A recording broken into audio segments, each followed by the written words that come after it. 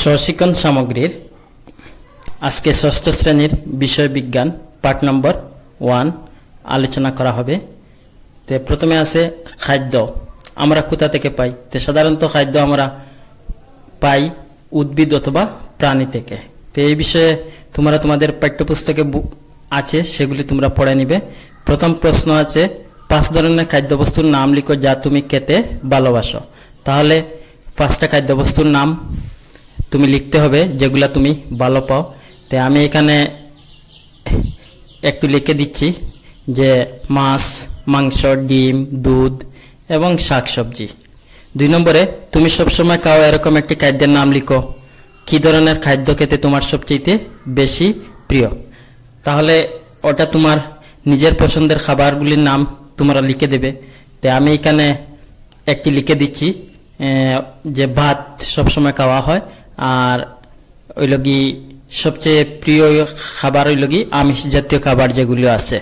তো তোমরা তোমার ইচ্ছা অনুযায়ী সেগুলি বা লিখতে পারবে। তালিকা নাম্বার 1, ক্রমিক নাম্বার 1 এ আছে রুটি, উপকরণ ওই লগি আটা আর জল। ক্রমিক নাম্বার 2 এ আছে পায়েস। পায়েস বানানো হয় দুধ, চাল আর চিনি। 3 নম্বরে আছে মসুরি ডাল। তো মসুরি ডাল কি দিয়ে তৈরি করা হয়? উপকরণগুলি হলো ডাল, লবণ, জল, তেল, হলুদ।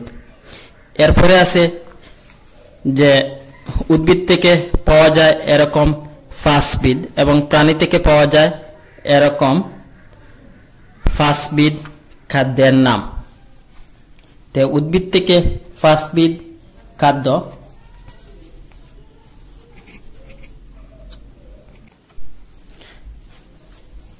মধুর, চাল, আটা, চানা, ডাল। আর প্রাণী থেকে পাওয়া যায় 5 বিধ খাদ্য হলো মাছ, মাংস, ডিম, দুধ, দই। এর পরের ছবিতে রয়েছে যে উদ্ভিদের বিভিন্ন অংশগুলো শনাক্ত করো। তো উপর থেকে প্রথমটা হবে পাতা, বাদরটার ডাল বা এগুলো শাখাও বলা হয়, শাখাকাণ্ড। এরপরেরটা হলো কাণ্ড। এরপরে যেটি আছে সেটি হলো মূল। এরপরে হলো কি শাখা মূল। এরপরের পৃষ্ঠায় তোমাদের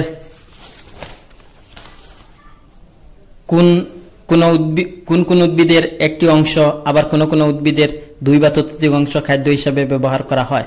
নিচে তালিকা দেওয়া আছে কোনগুলা খাদ্য হিসাবে ব্যবহার করা হয় দেওয়া আছে, তোমরা এগুলি ভালোভাবে পড়ে নিবে। এরপরে 2 নম্বর আছে নিচের উদ্ভিদগুলি খাদ্য হিসাবে ব্যবহৃত অংশের নাম কি লিখো। তো প্রথমে আছে কমলা। তো কমলা এটা আমরা কমলা গাছ থেকে আমরা ফল পাই। এরপরে আছে মূলা। মূলার আমরা শিকড় খাই আর ওই লাগি পাতা ব্যবহার করি বা পাতা খাই। এরপরে আছে কলা গাছ। কলা গাছ আমাদেরকে ফল দেয়। তিল যেটা এটার বীজ যেটা আছে ওটা আমরা ব্যবহার করি বা খাই। আর মটরের ওই লগি বীজ যেটা আছে, মটর গাছের বীজ আমরা ব্যবহার করি। এরপরে আছে 3 নম্বর 5 বিধ খাদ্যের নাম লিখো যা আমরা প্রাণী থেকে পাই। তে প্রাণী থেকে পাওয়া 5 বিধ খাদ্য কিতা কিতা আছে? ডিম আছে যেটা প্রাণী দেয়, দুধ, মাছ, মাংস, মাখন, এইগুলো আমরা প্রাণী থেকে পাই। এরপরে আছে তোমাদের ঘরে পোষা 2টি প্রাণীর নাম লিখো এবং তারা কি খায় লেখো। তে এখানে ঘরে পোষা প্রাণী যেগুলা এগুলা মহিষ, এগুলা ঘাস, খড়, ভুসি খায়। বা তোমরা আরো অন্য জীবজন্তুর বা প্রাণীর নাম লিখতে পারো, ঠিক আছে।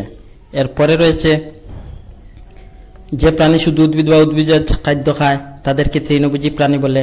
এরপরে যারা খালি শুধু মাংস খায় তারা মাংসভোজী প্রাণী। আর যারা মাংস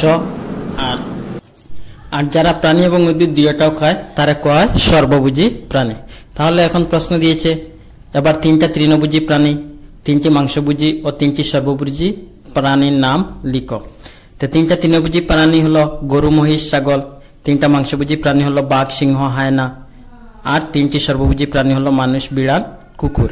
তোমরা এগুলি বাদ দিয়ে আরো অন্য প্রাণীর নাম লিখতে পারো। এরপরে রয়েছে 3 নম্বর কাঁচা খাওয়া যায় এরকম 2টি সবজি ও রান্না করে খাওয়া যায় এরকম 2টি সবজির নাম লিখো।